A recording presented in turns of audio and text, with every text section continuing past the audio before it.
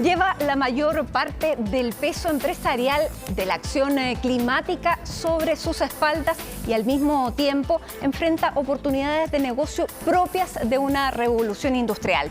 Se trata del área de la energía, que en el último año marcó varios hitos fundamentales para la transición a una economía sostenible en Chile. Sobre descarbonización, energías renovables y más vamos a conversar en esta edición de Empresas 2050. Bienvenidos.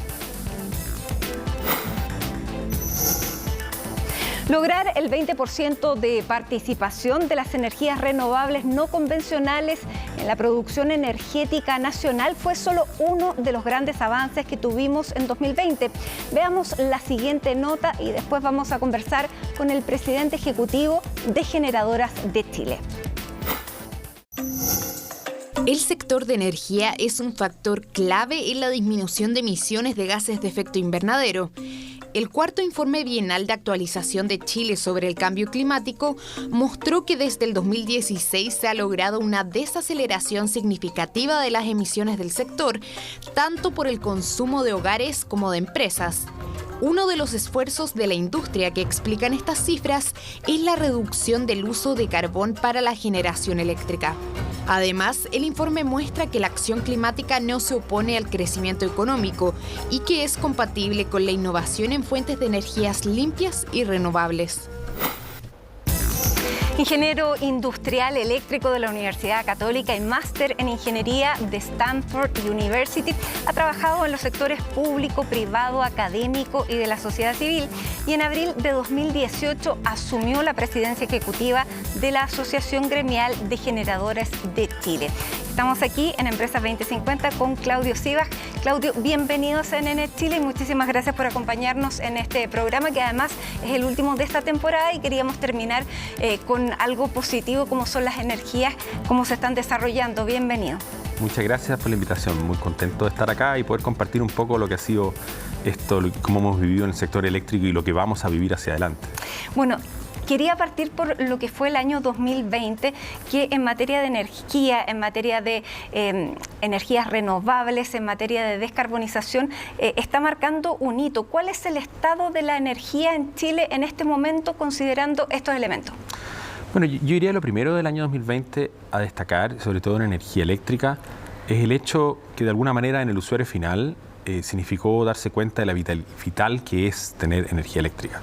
Energía eléctrica para vernos, telepresencia, estar encerrado y para qué decir obviamente en lo que significa gestionar la pandemia, los hospitales, los respiradores mecánicos. Entonces de alguna manera la presencia y la omnipresencia de la electricidad fue vital. Pero dicho lo anterior, la electricidad sigue siendo dentro del consumo de la energía de la sociedad un energético menor. El mayor consumo de energía de los hogares y de la sociedad sigue siendo el transporte basado en el petróleo, sigue siendo los hogares del sur la leña, que contamina fuertemente las ciudades. Entonces, todavía, obviamente, la electricidad ha jugado un rol súper relevante en usos cotidianos, pero todavía tenemos un desafío energético que se plasma en el gran desafío post-pandemia que nos convoca como humanidad, que es la urgencia climática. Entonces, claro, fue un buen año, pudimos mantener además, por ejemplo, la inversión, pudimos obviamente asegurar también en las comunidades donde trabajamos los no contagios, una empresa acostumbrada a ¿no es cierto?, altos estándares de seguridad, y pasamos inadvertido en ese sentido, y eso obviamente reconforta, y lo que buscamos hacer durante el 2020 es que las decisiones que se tomaron en 2020 durante la pandemia no hipotecaran esta misión final, que es seguir impulsando por un lado retiro del carbón, pero por otro lado la electrificación renovable que nos permita combatir el cambio climático, descontaminar nuestras ciudades. Ahora, dentro de lo que es la generación energética, las energías renovables llegaron a un 20%, lo que marca para muchos un punto de inflexión donde ya no es tan rentable utilizar energías provenientes de materias fósiles. Por lo tanto, ese punto de inflexión es lo que puede dar el impulso para el resto de los años y que sea más rápido.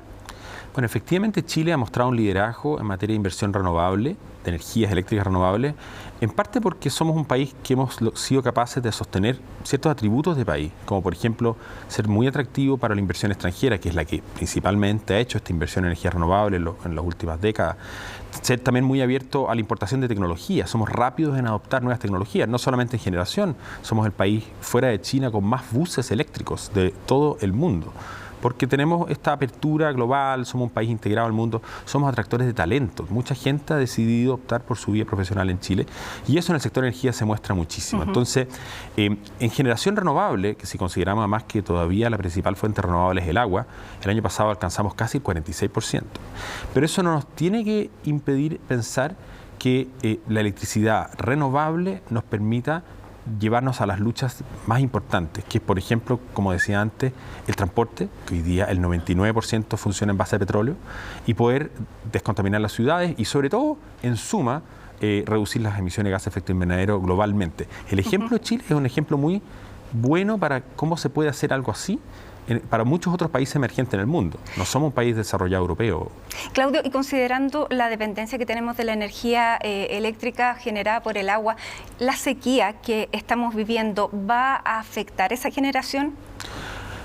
Mira, ha habido obviamente 10 años de sequía, una sequía sustantiva, pero sigue siendo casi un 30% de la generación.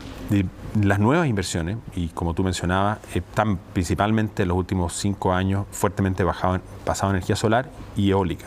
Lo que tenemos siempre en Chile es una combinación de tecnologías. Depende del horario, depende del uso, depende del tipo y además tenemos, por ejemplo, los embalses que siguen jugando un rol importante, que si antes eran más para producir energía, hoy se usan para complementar. No hay sol de noche, entonces el sol generas de día, como lo hacemos en la noche. Las energías no renovables, como el carbón, también tuvieron un rol muy relevante, precisamente para sostener el funcionamiento del sistema eléctrico cuando o había menos agua en el otoño o en las noches que no hay luz, no hay sol. Entonces, esa combinación es la que de alguna manera estamos logrando, y por eso el agua va a seguir jugando un rol, pero claramente toda la nueva inversión que estamos teniendo en energía son todas renovables y todas básicamente en sol y en viento. En materia de descarbonización, además, se ha realizado un compromiso bien importante, que es sacar de funcionamiento estas centrales a carbón. Ya se han sacado 3, Bocamina, Ventanas, pero hay otras. Este 2021 no hay ninguna que salga, pero de aquí al 2024 van a salir el resto de 20 y algo que quedan. No, nosotros, mira, es un tema muy relevante porque, como explicaba, el carbón representa, en el año 2020 era como el 37%, pero antes había llegado a casi niveles de 40% de generación. Muy relevante. ¿Por qué? Porque es confiable, es continuo, etcétera. Pero lo que hicimos efectivamente un acuerdo es poder, como primer país emergente en el mundo, retirarlo, dada esta emergencia de nuevas tecnologías. Para poder retirarlo, las nuevas tecnologías tienen que venir de otros lugares del país. Entonces, las condiciones de retiro pasan no solamente por producir la suficiente cantidad de energía para reemplazarlo, también en el horario que se necesitan las nuevas tecnologías, pero sobre todo traerla de los lugares de donde viene. Entonces, hemos tenido que ir desarrollando, y vamos a tener que seguir desarrollando, líneas de transmisión que traigan la luz de Atacama para Santiago, que es el principal consumo eléctrico, o de muchos otros nuevos territorios donde se está desarrollando energía renovable, por ejemplo eólica, en la zona de Biobío, Araucanía o la costa de la región de los lagos. Claro, entonces, eso es un gran desafío país. Claudio, pero en materia de descarbonización hay una cierta urgencia, y tenemos una pregunta de Marcelo Mena, ex ministro de Medio Ambiente, que se refiere precisamente a esta descarbonización. Escuchemos. Han pasado 3 años desde que pudimos lograr ese acuerdo de cierre termoeléctrica a carbón, y se abrió una mesa para poder determinar la fecha del cierre. Y el cierre acordado fue en torno al año 2040. Desde el ambientalismo se mostró decepción porque no se vio como que se haya hecho realmente un esfuerzo. Incluso se terminó pagando para el respaldo de algunas de estas centrales que ya estaban obsoletas y habían recuperado su inversión hace rato. La pregunta es: ¿cómo podemos acelerar el cierre termoeléctrica antes del 2040? ¿Qué fecha crees tú que es factible? ¿Y qué medidas tenemos que hacer? Porque en la práctica el coordinador energético ha dicho que no se puede con las condiciones actuales. Entonces, ¿cuáles son las condiciones que tenemos que crear para que ese cierre sea más acelerado aún? Ahí está. Qué buena la pregunta, Marcelo, y me da un poco envidia verlo ahí en el mar. A todos. Efectivamente, creo que todos estamos poniendo un esfuerzo importante en cómo poder adelantar ese plazo. La razón, cuando se dijo 2040, fue lo que analizó el Coordinador Eléctrico Nacional, que es la entidad independiente de las empresas y del gobierno que define como la seguridad y eficiencia del sistema, porque acá hay dos cosas: que no se corte la luz y que no aumente el costo para los usuarios. Son esos dos equilibrios que hay que sostener. Puso como plazo máximo 2040, pero es evidente que ya, y tú lo preguntabas, en los próximos 5 años se va a retirar más del 30% del parque. Pero la gran condición necesaria, como ya decía, no es solamente reemplazar y producir suficiente energía para reemplazar, sino que traerla a los nuevos lugares y además gestionarla de modo de compensar, por ejemplo, la no existencia de luz solar de noche.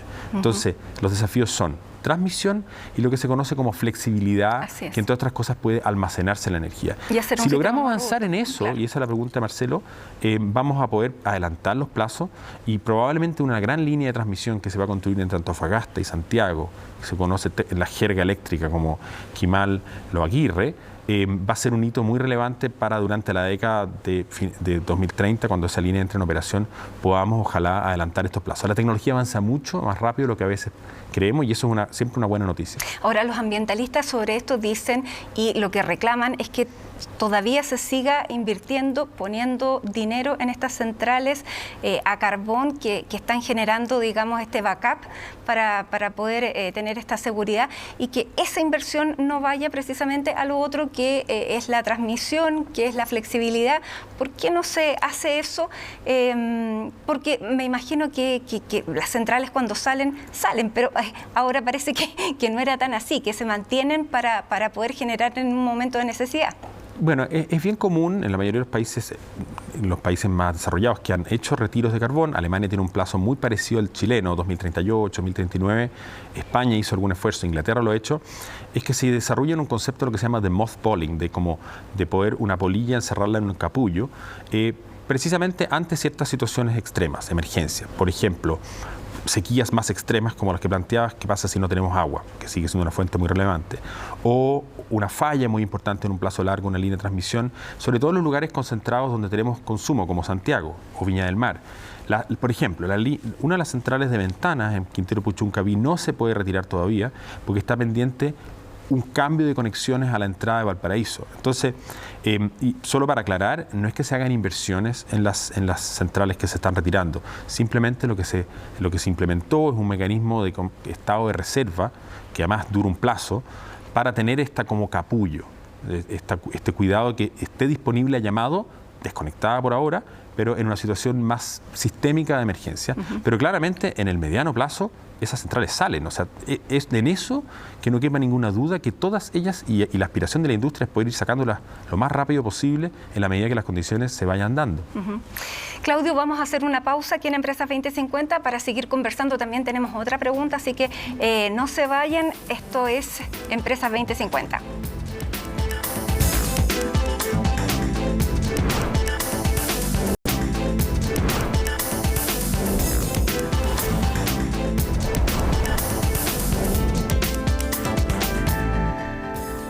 Ya estamos de regreso en Empresas 2050 junto a Claudio Sivas hablando de generación de energía, sobre todo las energías renovables, variables que se llaman ahora, no son no convencionales, sino que variables por el tipo, digamos, de fuente que tienen, que no siempre sabemos cuánto van a producir, porque no sabemos si va a haber viento siempre, qué velocidad, etcétera. Bueno, pero eso es bien importante para lo que tú decías, que es la flexibilidad del sistema.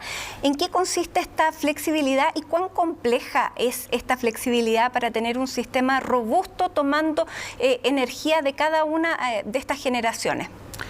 Bueno, te fuiste en un tema bastante técnico. Es verdad que yo simplemente en general son energías renovables. Cuando hablamos de la dimensión variable, estamos entrando en un terreno tremendamente técnico y donde las soluciones hoy día son muy diversas. Estamos próximos a inaugurar la primera es planta solar de concentración solar de potencia que se llama Cerro Dominador, que va a permitir transformar el sol, que solo hay sol de día, y además en el caso de Chile, como somos un país largo y flaco, en todo el país a la misma hora sale el sol y se pone, entonces ni siquiera podemos jugar con el ancho del país de cuando salga el sol, pero esta planta Cerro Dominador va a permitir transformar ese sol a través de espejos, fundir sales y producir energía eléctrica 24 horas al día. O sea, hay tecnologías para ir poniendo y transformando la materia energética hacia renovables. Tenemos también plantas geotérmicas, tenemos las primeras de Sudamérica. Entonces, la flexibilidad es la posibilidad de ir adecuando todo esto para, entre otras cosas, como sabemos, que no siempre hay viento y no siempre hay sol. Y es un atributo del sistema eléctrico, como también lo puede hacer el usuario, podría adecuarse a los usos de los distintos horarios. Y a medida que avanza la generación de energía limpia, digamos, también va a poder generarse este hidrógeno verde, que es la producción de esta energía que pudiera, o sea, que es revolucionaria, pero que tiene que ser verde, que se tiene que producir esta separación de los átomos del hidrógeno con una energía que sea limpia, no carbón, por ejemplo. Y eso, ¿cuán avanzado está? Bueno, efectivamente, la electricidad, como te decía, todavía ocupa un espacio menor. Entonces, a medida que electrifiquemos el transporte, electrifiquemos los hogares, vamos a ir incluyendo electricidad. De aquí, para ser carbono neutrales, estimamos que vamos a llegar como al 50 y tanto, tal vez 60% de electricidad. Pero hay otros usos que no son electrificables. Imagina un camión minero. Un camión minero es un enorme camión que tiene grandes motores y tiene arriba un motor hoy diésel. Consume como 8.000 litros de diésel al día. Eso no es verde.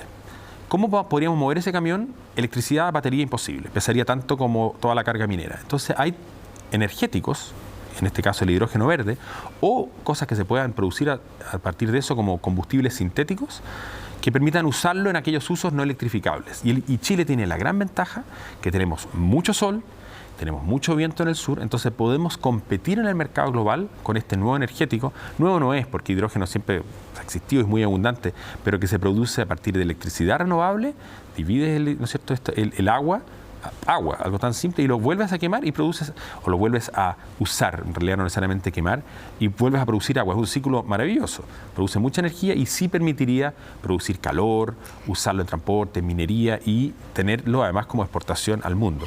Claudio, tenemos una necesidad energética que sube vertiginosamente, vamos a tener instalaciones de distinto tipo, la minería también está volviéndose cada vez más sostenible. Tenemos la capacidad instalada para generar toda la energía que necesitamos. ¿Te preocupa eso? Definitivamente no me preocupa, porque si bien hoy día en términos energéticos totales, no electricidad, somos un gran importador de combustibles fósiles, 45% de energía importamos petróleo, como el 28% es carbón y algo es gas natural y muy poco todavía es renovable, tenemos una riqueza solar que es miles de veces lo que Chile podría llegar a consumir como país. Entonces, obviamente no vamos a llenar el desierto de Atacama con paneles solares, pero la posibilidad de aprovechar esa abundancia, con una fracción de ello, nos podría simplemente satisfacer con suficiencia la demanda chilena. No me preocupa, obviamente sí me preocupa, es hacer eso sosteniblemente en el territorio donde viven las comunidades y no impactando además el medio ambiente. Entonces, esos son nuevos. Ser energía renovable no necesariamente implica automáticamente que sea sostenible, implica también adecuadamente dónde se coloca, cómo se transmite. Queremos hablar sobre todo ahora, antes de terminar, nos queda muy poco, pero sobre la equidad en materia energética, y en Marina Hermosilla, que es directora ejecutiva de la organización Líderes Empresariales por la Acción Climática, tiene esta pregunta. Es muy notable lo que se está haciendo en Chile para descarbonizar la matriz energética, ¿verdad? Se pasó de un compromiso de 1 gigawatt a prácticamente el doble al 2024 en muy poco tiempo. Sin embargo, tenemos una deuda en lo que se refiere a pobreza energética. Según la red de pobreza energética, que depende de la Universidad de Chile, un 34% de los hogares urbanos de nuestro país no tiene acceso equitativo a servicios energéticos de calidad. Y un 66% de los hogares no tiene un buen rendimiento de eficiencia energética. Si bien la solución a estos problemas pasa principalmente por políticas públicas, me gustaría preguntarte ¿cuál podría ser la contribución del sector privado y especialmente del sector de las generadoras a resolver este problema en nuestro país? Muchas gracias, Marina, porque yo creo que efectivamente cuando miramos la energía y miramos el concepto de ODS 7, ¿no es cierto?, de energía asequible y no contaminante, muchas veces nos quedamos en la energía asociada al tema climático, pero olvidamos que la energía está en nuestra vida cotidiana. De hecho, el principal consumo que los hogares en Chile hacen es la calefacción. Y el 55% de la energía de los hogares por calefacción. Y más del 80% en Chile de eso es leña. No es conciencia tanto en Santiago, pero en el resto del país mucha leña. Y eso es un problema de equidad. La leña, y sobre todo la leña no sustentable, es lo más barato que la gente usa y eso es altamente contaminante. Entonces, un desafío de equidad, y los países europeos o nórdicos lo tienen, que permitan reemplazar la leña no sostenible, que además depreda bosques y genera un efecto además en biodiversidad, en tecnologías que sean competitivas, asequibles a las personas en costos, pero permiten romper ese ciclo de pobreza, de consumir energéticos de mala calidad, como también lo son la parafina y toda la contaminación. ¿Y pudiera haber un subsidio por parte de las generadoras? Bueno, a ver, nosotros somos, obviamente, en la industria los precios tienen que reflejar los costos. Eso es la racionalidad económica de cualquier industria en el mundo. Pero lo que sí se ha hecho y se ha iniciado es un proceso, y desde el año 2020, de licitaciones especiales para el reemplazo tecnológico de la calefacción. Y eso tiene que ver por una dimensión, pero le agregaría una dimensión adicional, que no tiene nada que ver con la generación eléctrica, es que el principal desafío de los hogares de Chile es un problema de revestimiento de las propias viviendas. Nuestro análisis muestra que la conjunción entre mejorar la calefacción y revestir mejor las viviendas es la principal acción climática que puede tomar Chile, y eso es política de vivienda. Eso es las casas en Chile que te reducen los costos, pero además contaminas menos y el bienestar de la familia mejora radicalmente. Y eso es política pública y la conjunción de esas podría ser una combinación virtuosa. Nosotros estamos haciendo nuestra parte, en la parte eléctrica, buscando llegar con tecnología que cambie la calefacción, pero nada sirve calefaccionar mejor si tu casa pierde el calor por las ventanas y las puertas. Así es. Claudio, se nos acabó el tiempo, pero vamos a seguir conversando contigo porque los cambios son vertiginosos en materia energética, en materia de generación, así que vamos a estar atentos a todos los cambios que se vienen, a todas las inversiones que están generando estos cambios y te tendremos nuevamente aquí en Empresas 2050 en CNN Chile. Muchísimas gracias por estar con nosotros. Muchas gracias y por haber podido compartir algo de lo que estamos haciendo, así que un gusto estar acá. Y gracias por acompañarnos en esta edición. Sigan en nuestra sintonía.